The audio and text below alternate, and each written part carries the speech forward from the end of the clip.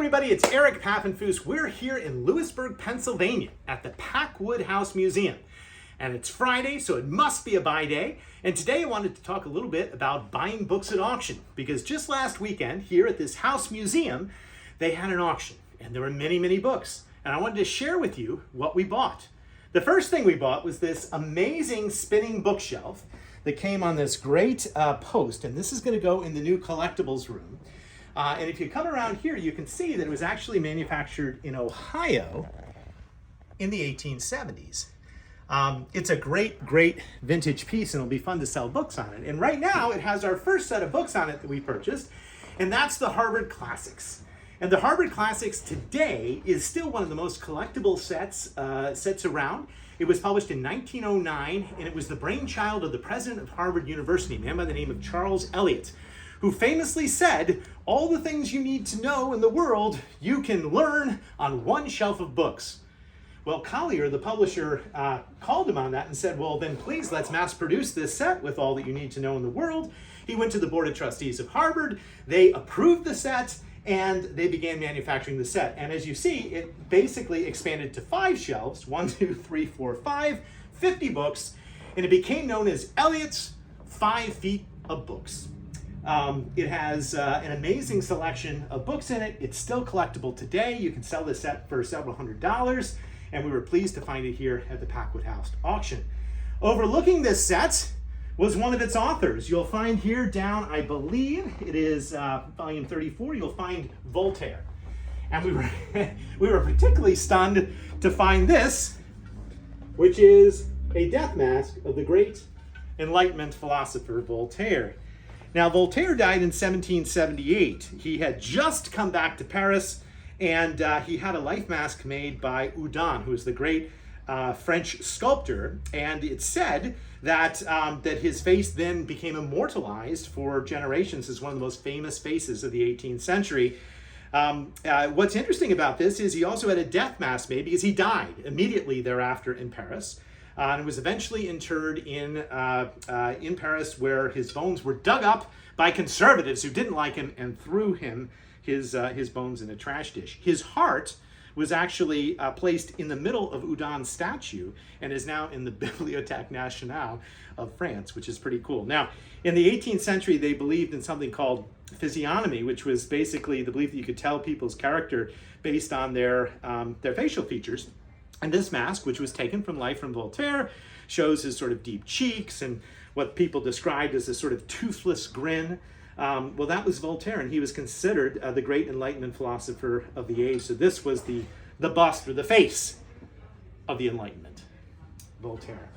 Okay, well, for a grand finale, we're going to talk about why we purchased this shelf lot of books. Now, Eric, who's with me today helping pack them up, is going to scan them, and I want you at home to see if you can guess why we purchased this lot of books. We purchased these books really for just 1 or 2 books. 1 book, really. And as you scan the shelves, maybe you can tell. Now, this lot went for a couple $100s, and there is 1 book that is worth a couple $100.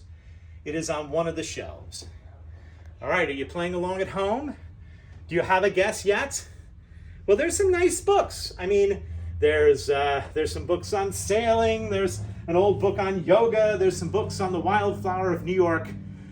But this bookshelf, believe it or not, in this sort of Victorian house museum, had the first book ever, the first book popular to popularize computers in the history of world culture. And that is this book up here on the top shelf by Norbert Wiener called Cybernetics. And Cybernetics is the book which gave us the term cyber. So cyberspace came from cybernetics. Doctor Who's Cybermen came from cybernetics. First book to popularize computers. And what Wiener basically does is he compares the human brain to the brain of a machine, in this case the computer, and he talks about how both can learn due to feedback and both can develop, and he even predicts that one day a computer will beat a human being in chess, and that actually comes true. First book to popularize computing, and a really, really interesting read at that. So what's interesting also about this book is it was very, very popular. It went through many editions. This is an early printing of the first edition, and this is 1948. So this is very early, and it was published by Wiley, which was a technical press. And prior to this, the only discussion of computers came from a series of technical papers. So now people started buying this book. It was a runaway bestseller. Nobody predicted it to be because it's filled with math and other jargon, and it led to other books being published. And that brings us to our funny book of the week, which came from our friends at Mondragon. And I want to thank Mondragon Books. If you've never been there, they're in Lewisburg, Pennsylvania. They have an amazing bookstore, and they keep an eye out for funny books for us. So here we go. Searching the box, yes, I did bring it from home, is the book that came out immediately after Cybernetics by Wiley. It's called Giant Brains or Machines That Think. This book was published in 1949, and it was published by a man by the name of Edmund Berkeley. And this book, while it calls them calculators or calculating machines, talks about all the great computers that were available at the time. If you look at this book, you can see this table of contents. Can machines think? Accuracy to 23 digits. Imagine that, Eric. What a book. Giant Brains and Machines to Think and look at the cover art on that. Our funny book of the week. This book was published by Wiley, the same press the year after, because of the success of Cybernetics, and it's also famous because Edmund Berkeley, he invents the first personal computer and builds the first personal computer, which he theorizes about building in the very pages of this book. It's called Simon, and he's a fascinating guy. So thanks for watching. I hope you enjoyed our visit. We're going to get back to work here and pack up all these books, bring them to Harrisburg. We'll see you next week and every week on Buy Day for adventures in the world of books.